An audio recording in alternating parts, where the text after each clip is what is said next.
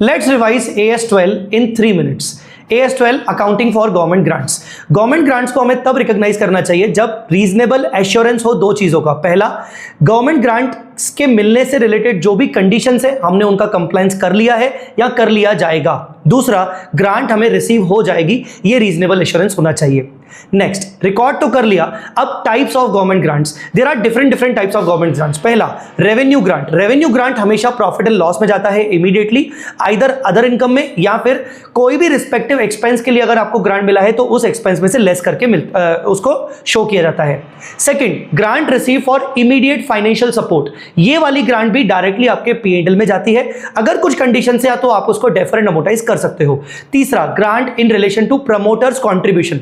अगर promoters contribution में अगर आपको कोई ग्रांट मिलता है तो आप उसको कैपिटल रिजर्व में बुक करते हो, P&L में नहीं ले जाते हो। चौथा, नॉन मॉनिटरी ग्रांट, मतलब ग्रांट रिसीव्ड इन काइंड। अगर आपको नॉन मॉनिटरी ग्रांट मिलती है तो आप उसको आइदर नॉमिनल वैल्यू पे रिकॉर्ड करोगे अगर फ्री ऑफ कॉस्ट मिला है, और अगर आपने कुछ अमाउंट पे किया है तो आप उसको एक्चुअल अमाउंट पेमेंट के बेसिस पर रिकॉर्ड करोगे। जैसे कि आपको लैंड मिल रहा है, लैंड को आप रिकॉर्ड करोगे एक्चुअल अमाउंट जो भी आपने पे किया है कंसेशनल प्राइस पर।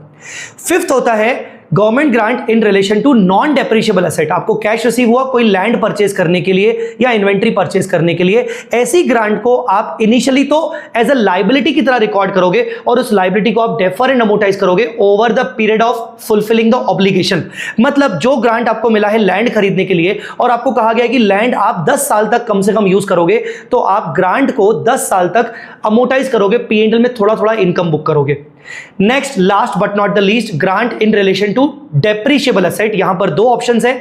ऑप्शन नंबर 1, आप ग्रांट के अमाउंट को एसेट की कॉस्ट में से माइनस कर दीजिए और रिमेनिंग वैल्यू के ऊपर आप डेप्रिसिएशन चार्ज करिए। दूसरा ऑप्शन है, आप ग्रांट को डेफर्ड इनकम मान लीजिए और over the useful life of the asset आप ग्रांट को इनकम बुक करिए थोड़ा थोड़ा करके डेप्रिसिएशन के प्रोपोर्शन में।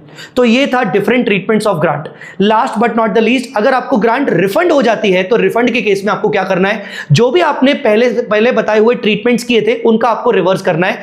रिवर्स करते वक्त आपको यह देखना है कि आपके पास डेफर्ड गवर्नमेंट ग्रांट का अनअमोर्टाइज्ड बैलेंस रखा है, यस, तो आप उसको पहले डेबिट करोगे एंड रिमेनिंग अमाउंट को आप P&L में चार्ज करोगे एंड टू बैंक कर लोगे। अगर आपने ग्रांट को पहले PPE से लेस किया था तो अब रिफंड करते टाइम आप वापस से PPE की वैल्यू बढ़ा दोगे। So these were the entire treatments of government grant as per AS12। Video पसंद आया तो लाइक जरूर करिएगा और कमेंट में मुझे बताइएगा कि अगला कौन सा वीडियो आपको 3 मिनट्स के अंदर रिवीजन में चाहिए। Thanks a lot.